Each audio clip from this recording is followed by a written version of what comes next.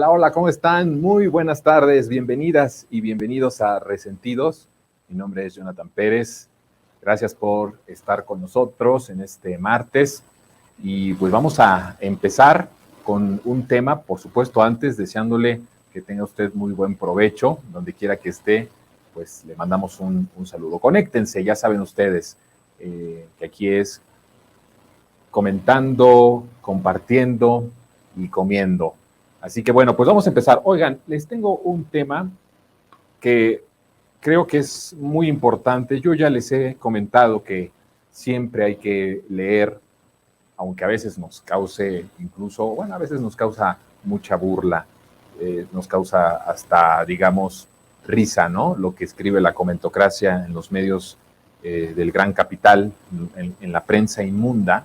Pero hay otras veces que es importante leerlos para poder identificar por dónde va el curso de la derecha. Si hay algo que en la izquierda, desde el movimiento de transformación, tenemos que ser muy cuidadosos, es en no pensar, y de eso abordé el tema la semana pasada, en no pensar que tenemos todo ganado. Los procesos de transformación a lo largo de la historia y en nuestra región latinoamericana son procesos en donde hay momentos en donde se interrumpen los procesos de transformación de manera muy abrupta, incluso a través de la violencia, otras veces que por equivocaciones del propio proyecto de transformación da espacio a que la derecha crezca, otras veces ayudados por otros poderes fácticos, pero siempre hay un común denominador, que son los medios de comunicación. Porque en todo el mundo los medios de comunicación, al ser parte del régimen local y el régimen del orden mundial hegemónico, siempre son los que van de alguna forma dictando a través de las columnas, a través de lo que se va escribiendo en ellos o lo que se va opinando en ellos, nos dan mucha luz de cómo se está comportando y de lo que están pensando los potentados. Entonces, en ese contexto de que tenemos un proyecto todavía incipiente, es una transformación profunda, pero es incipiente porque el tiempo que lleva son 5 años. Hay países que, nada más para que ustedes sepan, llevan décadas en el proceso de transformación y ya han pasado por gobiernos que han transformado, ya ha estado incluso la extrema derecha, el centro, la extrema derecha, han regresado a la izquierda un poco más descafeinada.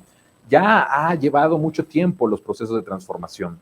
En nuestro país es incipiente porque si bien la lucha por la transformación lleva muchísimas décadas, no así ya el modelo aplicado en el país como proyecto nacional, como proyecto que se puede llevar a cabo porque se tiene al Estado, porque se tiene el poder político, en ese sentido el poder presidencial, porque no diríamos todo el poder político, porque no se tiene obviamente al Congreso, porque no se tiene a la Suprema Corte de Justicia, ni es la idea de tenerlo en ese sentido, ¿no?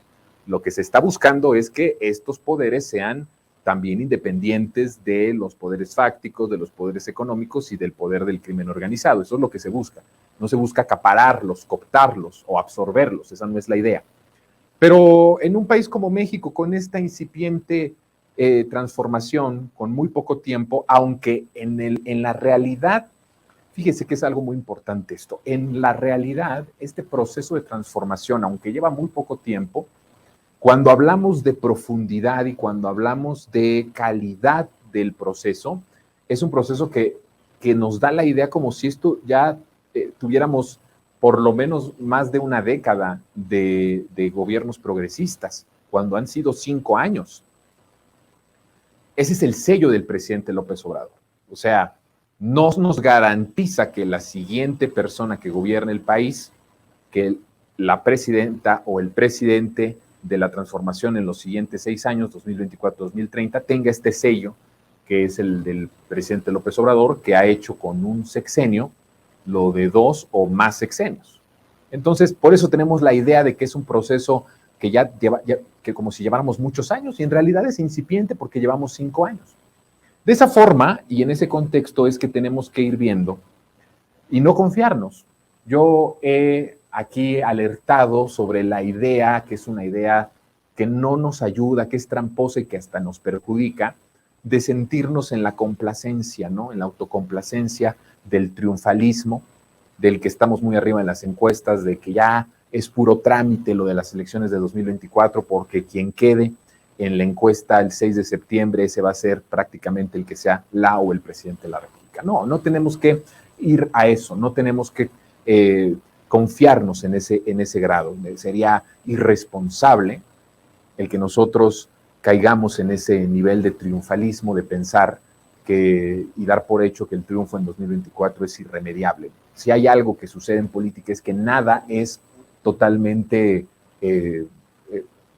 confirmado, ¿sí? Que no hay en ese sentido en la ciencia política algo que nos garantice que va a suceder, porque en ese trayecto pueden pasar muchas cosas. Y la historia latinoamericana nos habla de todos estos grandes procesos de transformación que son interrumpidos, que de repente se van descafeinando, que de repente por las circunstancias también empieza a ganar terreno la extrema derecha.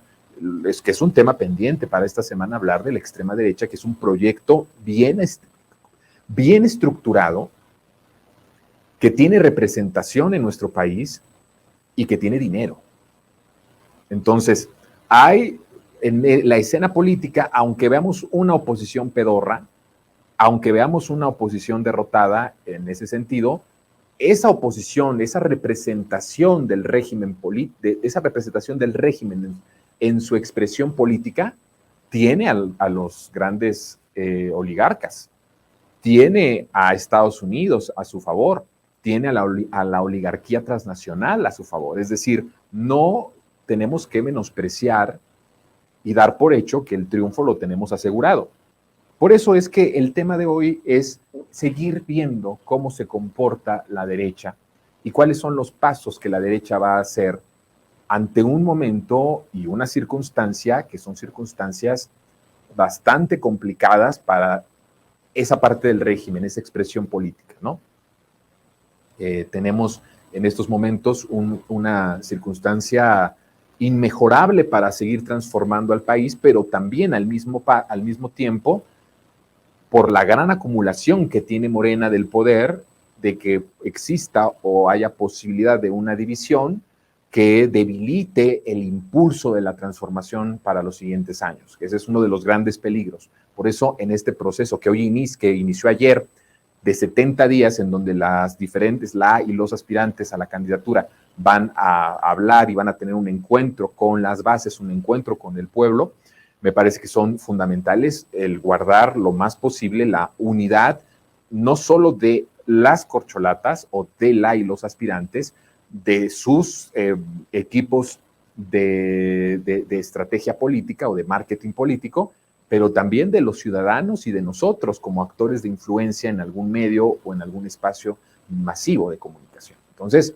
hay una gran responsabilidad, pero hay que ver lo que está diciendo la derecha. Yo quiero decirles que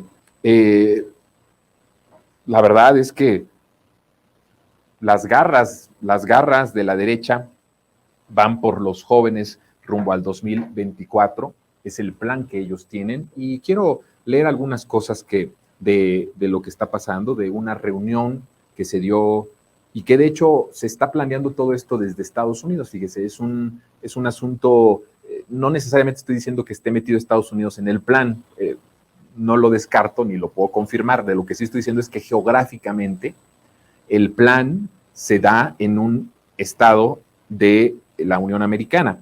Y hubo ahí un grupo de empresarios poderosos, está diciendo, lo afirma Riva Palacio, que ojo, hay que saber leer a los medios de comunicación y a la comentocracia.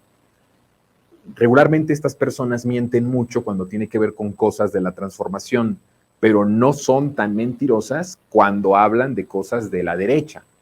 Yo aquí he hablado de esa reunión de empresarios en donde había la posibilidad y a alguien se le ocurre esa idea de eliminar físicamente al presidente, bueno, en ese momento al candidato López Obrador para que no llegara a la presidencia en 2018, dado su gran popularidad, su gran arrastre y la forma tan tremenda de caer en las encuestas de Meade y de Ricardo Anaya. Damos por hecho la versión porque es una versión que no desmintió la oligarquía, no desmintieron los empresarios y que Joaquín López Dóriga lo escribe en Milenio, nada más y nada menos.